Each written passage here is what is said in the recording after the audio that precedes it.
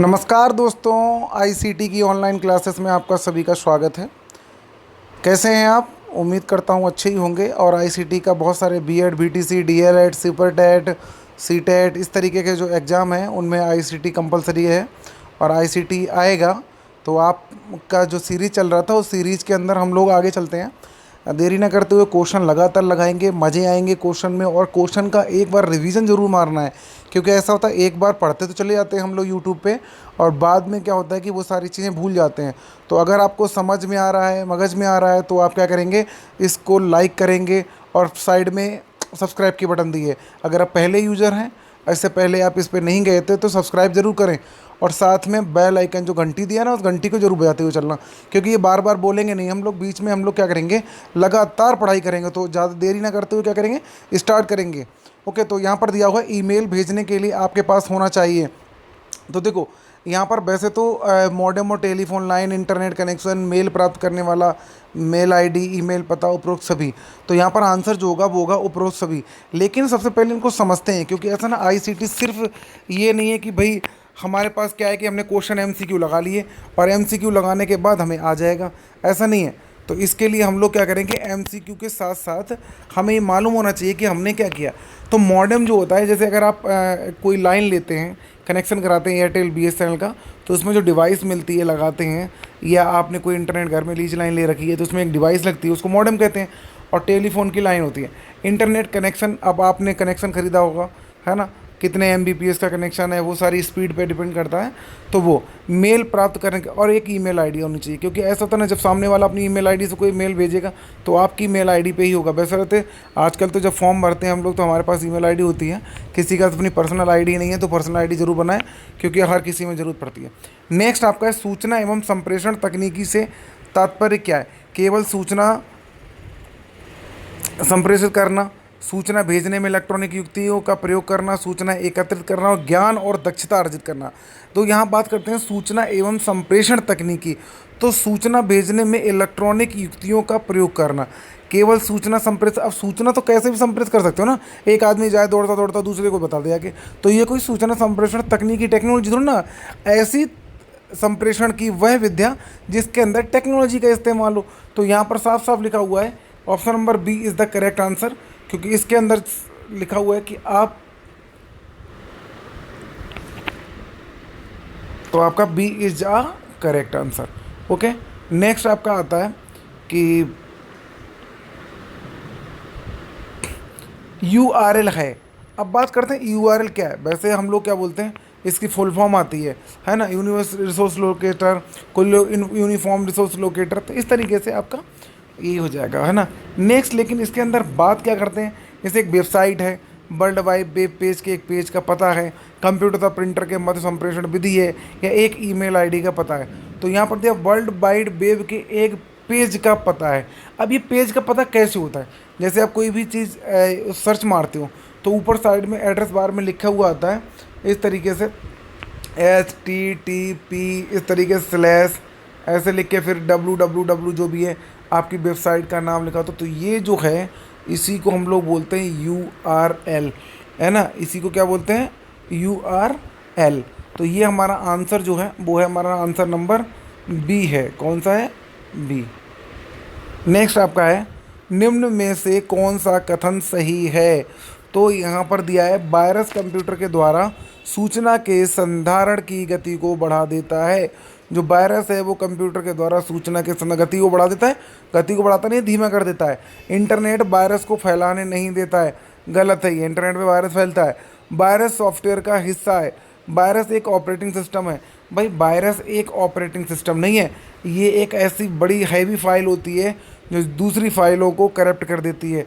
तो इसलिए ये हमारे पास एक ये और एक ये तीनों जो आंसर हैं वो कैसे हैं, गलत हैं। तो हमारे पास जो answer is the correct. Important question है, इसको आप याद रखेंगे कि वायरस सॉफ्टवेयर का ही एक हिस्सा होता है, एक ऐसी हैवी फाइल होती है जो दूसरी फाइलों को नष्ट कर देता है। नेक्स्ट आया, निम्नलिखित में से कौन सा प्रणाली उपागम का भाग नहीं है। तो साफ साफ दिया है भाई, हम लोग पढ़ते हैं आईसीटी में, एक पढ़ते हैं सॉफ्टवेयर उपागम, एक पढ़ते हैं हार्डवेयर उपागम, एक बोलते हैं हार्डवेयर एवं सॉफ्टवेयर। तो ये पूछ रहा है कौन सा नहीं है। बात समझने की कोशिश करना कि साफ साफ दे रहा है कि कौन सा नहीं है, इस बात को याद रखना।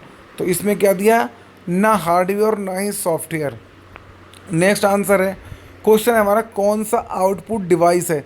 हम बता चुके हैं पहली वीडियोस में इनपुट कौन सी होती है, आउटपुट कौन सी होती है। वे सभी डिवाइसेस जिनसे डेटा को कंप्यूटर में भेजा जाता है इनपुट होती है। कंप्यूटर विश्लेषण करके यानी कि प्रोसेस करने के बाद जो बाहर भेजता है यूजर के लिए, वो क्या होता है, हमारा आउटपुट होता है। अब इसमें डिवाइस देख लो, कीबोर्ड इनपुट है, स्कैनर इनपुट है, माउस इनपुट है। तो हमारा मॉनिटर क्या है, आउटपुट है, क्योंकि इसी से हम देखते हैं डिस्प्ले पे।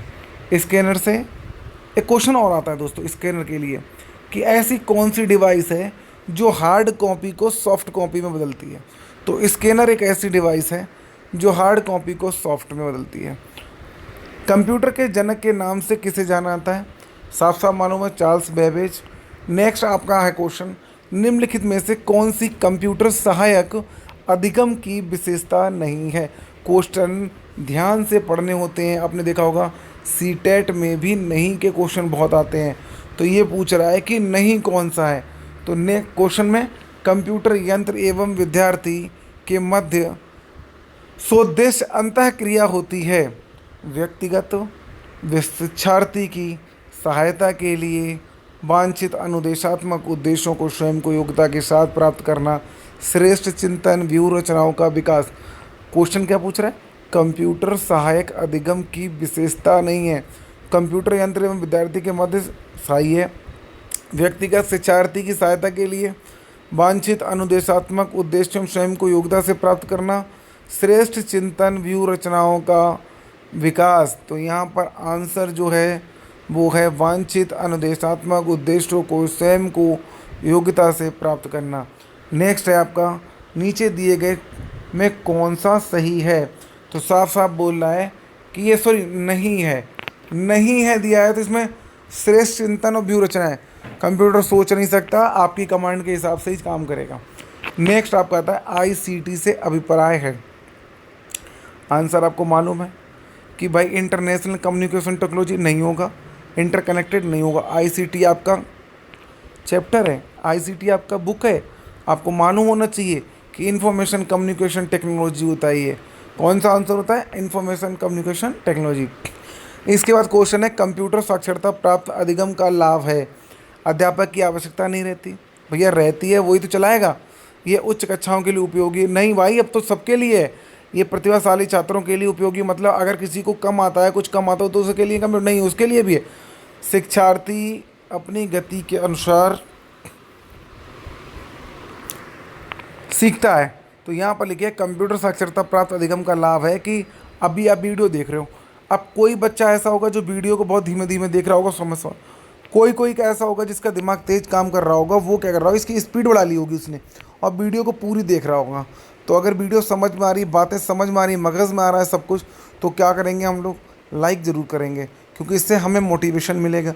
और आपका अगर पहली बार है तो सब्सक्राइब करेंगे, है ना। बहुत सारे लोगों की तरह नहीं, क्योंकि हम लोग सुपर टेट, सी टेट और इसमें जिसमें भी आईसीटी आता है, यानी कि सुपर टेट का आपका 5 नंबर का आईसीटी आता है।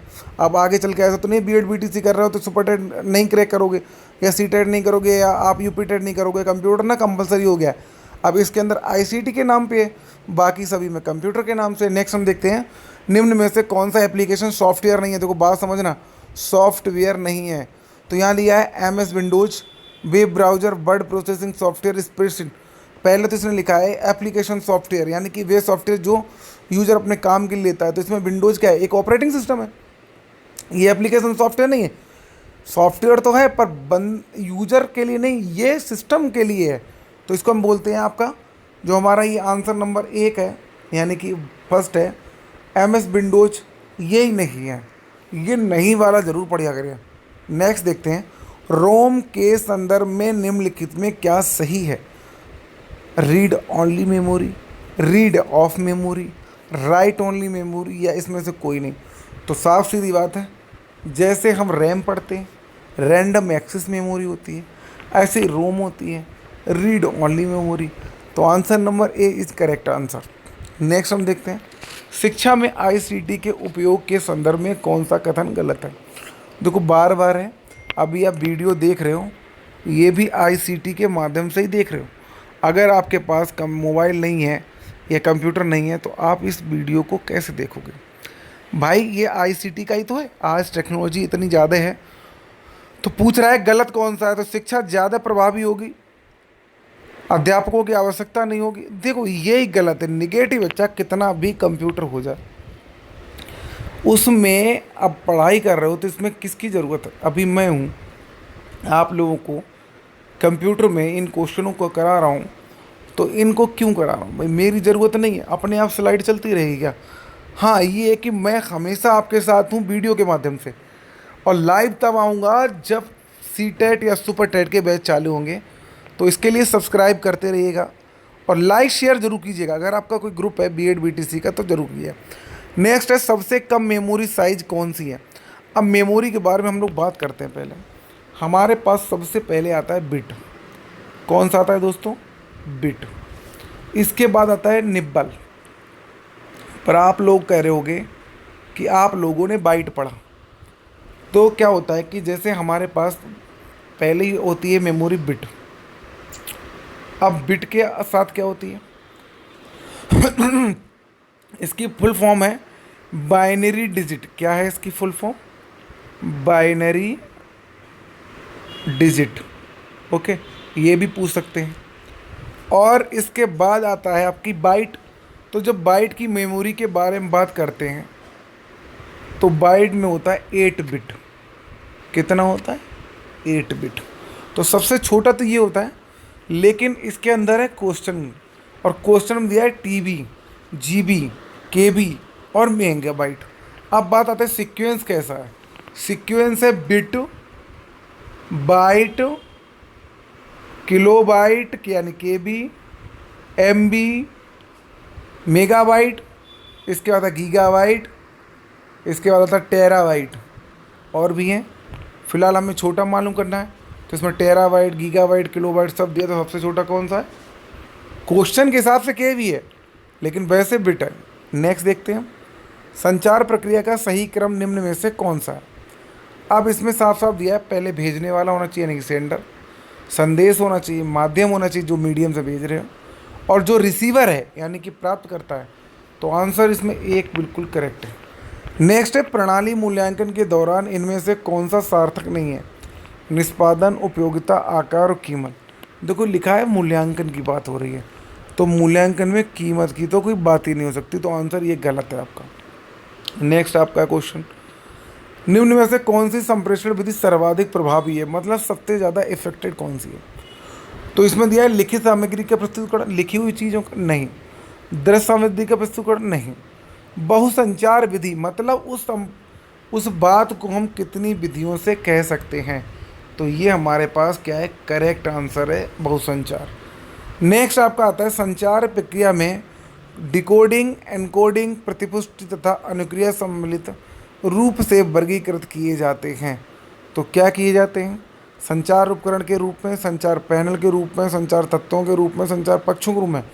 तो ना तो उपकरण होगा, ना तत्व होगा, ना पक्ष होगा, ये चैनल होता है एक, उसके माध्यम से। तो इस तरीके से हमने आज के क्वेश्चन लगाए हैं। शाम को एक वीडियो और मिल सकती है आप लोगों को, तो लगातार बने रहिएगा हमारे चैनल पर।